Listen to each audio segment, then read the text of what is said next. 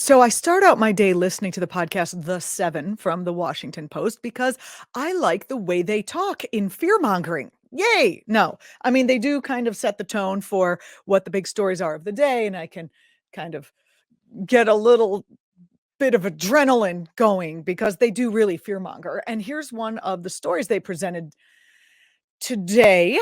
Um, Okay, let's just go through it together because I think it's important, not just the story, but how they are covering the story, which is misleading when it comes to climate change, not just climate change, but the destruction of our planet. It's not just climate change. I always say that. It is the poisoning of our food and waterways, et cetera, et cetera. The deforestation, putting plastic in the ocean, all of it, it's way beyond just climate change. So I'm sure let's pound this away a little bit. We need to talk about it in terms of a holistic approach and not that it's just about climate change.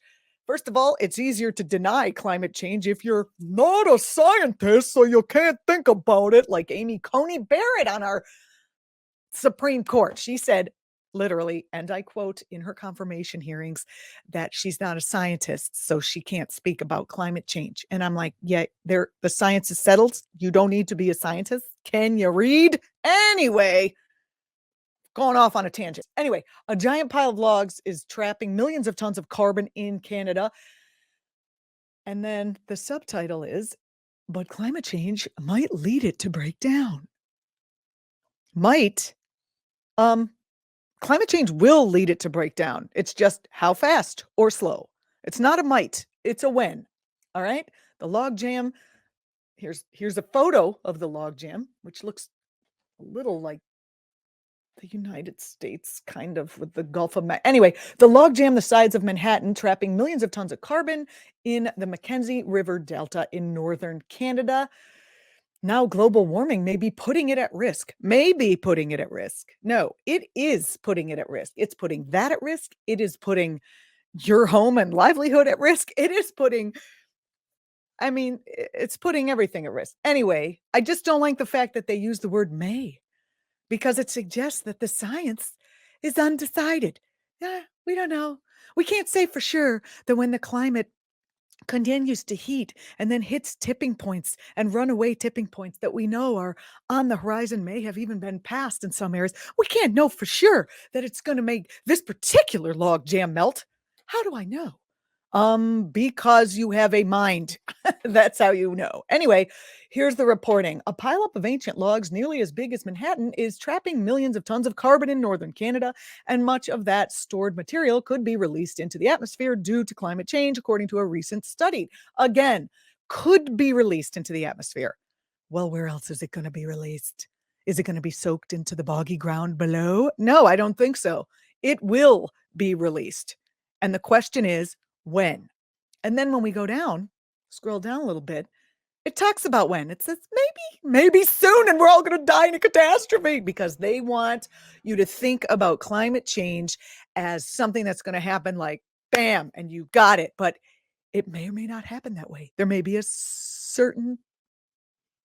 Anyway, the fallen jumbled wood has in some cases been sitting for more than a millennium, protected from decay by the deep freeze and the tight packing of the logs, which are carried northward by the Mackenzie River above the Arctic Circle. Okay, that's reporting. By the way, above that it says 10 steps you can take to lower your carbon footprint. Well, yeah, sure. I can turn off my lights and I can turn off my computer, but what would be great is if we got rid of Joe Manchin in West Virginia, who pushed so hard to have that pipeline, who wouldn't vote for a debt ceiling, held the American economy and the global economy hostage, wouldn't vote to raise the debt ceiling unless we approved a pipeline or unless Biden approved the pipeline that he's been championing for years. I mean, disgusting. Everybody's just thinking in terms of their own personal good. Nobody is thinking in terms of the benefit to the whole.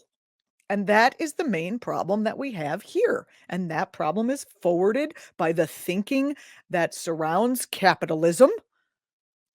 It's a real problem in thought. I literally just responded to somebody's comment on my YouTube page about I did a piece, go back and take a look at it. I did a piece about guns. In Connecticut, there were some gun laws that have been passed, tighter restrictions, and their response, of course, was, this is going to be terrible for gun owners. No, horrible. They used the word horrible. This is going to be horrible for gun owners. And I'm like, well, it might be horrible for gun owners, but actually, what I said was, it's not horrible for gun owners. What's horrible for everyone is having children slaughtered. And you have to be able to give up something in order to have a peaceful, kind society.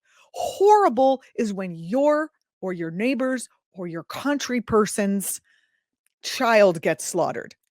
Not being able to have a high capacity magazine, that is not horrible. That's just, oh, that's too bad, if that's how you think. So let's be specific. Okay, I've gotten way off base, off track. Warming temperatures and rising seas, the logjam may be at risk of breaking up and decaying more quickly, said Alicia somebody, researcher at Michigan Technological University, who led the study. Natural carbon sinks like forests, peatlands, and oceans are important damper on climate change because they trap more carbon than they release into the atmosphere. Carbon sinks on land and estimated to soak up a quarter of the world's emissions, a powerful but not always well understood factor in slowing warming. Not all carbon stores are resilient to rising temperatures, though. Yeah, I would suggest that kind of reporting, that kind of language, not all carbon stores are resilient to rising temperatures. Yeah, no carbon stores are resilient to rising temperatures. Name one. Name one that if the temperatures continue to go up would be resilient. It teased me. It teased me off that the way they report it is like, keep calm, everything's fine, but a little scary because maybe this might happen, but maybe not, and we don't know. Come on. Not all carbon stores are resilient to rising temperatures. No. How about this? Carbon stores are not resilient to rising temperatures. That's what it is. God. All right. Okay, and then it gets thawing permafrost starts melting slowly and then melts very rapidly, for example, leading to fears of massive releases of carbon into the atmosphere and a problem that builds on itself. Well, I'm sorry, we already have masses of releases of carbon and a problem that builds on itself. We already have that problem. So can we talk about this in terms of we already have a problem that is building on itself? If the global climate wasn't warming, the possibility of these logs thawing out and releasing more carbon, building on the problem we already have, would not be there. Anyway, I feel like I should have a bowl of pasta that I'm eating, and we're talking over a bowl of pasta because this is a very yelling about politics over a Italian dinner table kind of conversation we're having right now. Anyway, put your comments below. I'm Julianna Forlano. Thank you very much for watching. Republicans say they won't cut Social Security, Medicare, or Medicaid. But can honest, hard-working middle-class Americans really believe what these politicians say? Republicans said they wouldn't overturn Roe v. Wade. Here's what Supreme Court Justices Gorsuch, Kavanaugh, and Coney Barrett said during their Senate confirmation hearings. Roe v. Wade, it is a precedent of the United States Supreme Court. A good judge will consider it as precedent of the United States Supreme Court. Roe v. Wade. It's settled as a precedent of the Supreme Court. Roe is not a super precedent, but that doesn't mean that Roe should be overruled. Well, we saw how that turned out. They played us for fools.